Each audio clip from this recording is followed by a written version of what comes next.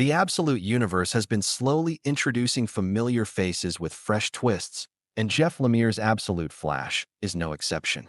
With Wally still reeling from the night he accidentally killed Barry Allen, and now on the run from both his father and the Rogues, this issue dives even deeper into his emotional struggles. This new universe continues to expand on its reimagining of the familiar DC continuity, adding new layers to emerging characters and hinting at the rise of a classic villain. The story opens with a haunting image, rain pouring down from the gray sky as Wally's father looks over Mary West's grave. A priest stands nearby, quietly reciting words from his book. Wally closes his eyes tightly, and when he opens them again, the world around him has vanished. He steps forward cautiously, leaning over the grave, but it's not his mother's body he sees. Instead, at the bottom of the grave lies a swirling vortex of energy. It's a corrupted version of Barry Allen, and he reaches out for Wally. He jolts awake, and Grodd senses his distress. If you've been keeping up, you know the weight of that moment. In a tragic early moment in the series, Wally gains access to the Speed Force, but in the chaos, he accidentally kills Barry Allen. Panicked and disoriented, he dragged Barry's body at high speeds, leading to one of the most gruesome and haunting scenes in the entire run. Seeing Barry again, even in this twisted form, sends Wally into a panic.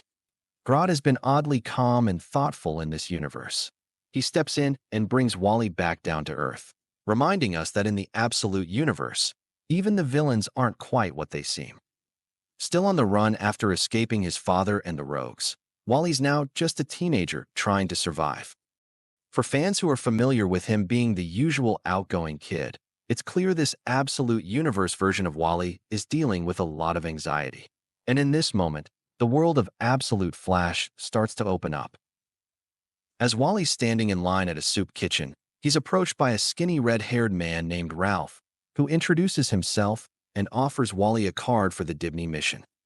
Some readers might pick up that this is one of the Flash's longtime allies, the Elongated Man. In past stories, he fought crime in Central City alongside Barry Allen. He was one of the first heroes in the DC universe to operate without a secret identity, which allowed him to live openly with the love of his life. She doesn't appear in this issue, but Ralph does mention Sue when talking to Wally, confirming that he does have a wife in this universe.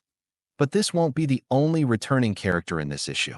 At the Dibny mission, Wally shares a meal with a girl named Linda. This is Linda Park, who is always his love interest, and in the Absolute Flash universe, she's introduced as a grounded, down-to-earth figure who reassures Wally that Ralph is trustworthy.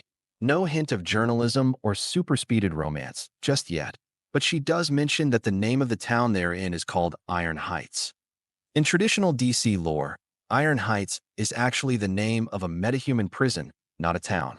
So hearing that name here probably isn't just a throwaway reference. It could be setting the stage for something much more sinister. Meanwhile, back at Fort Fox, Wally's father is being reprimanded by none other than Dr. Eleanor Thawne. She walks with a cane, exudes control, and shows open disdain for Colonel West's authority.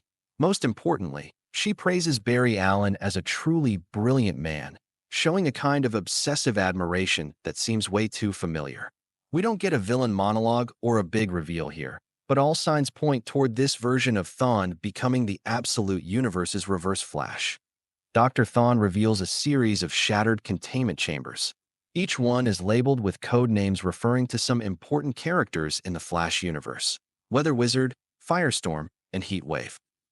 The issue ends with Wally chasing after Grodd beneath the streets of Iron Heights and discovering something horrifying. Heatwave's back, but this isn't a man with a flamethrower anymore. This is a man made of molten magma, literal living fire. It's a shocking reveal, and one that builds on Lemire's reimagining of familiar characters. In my opinion, it's another strong issue of Absolute Flash.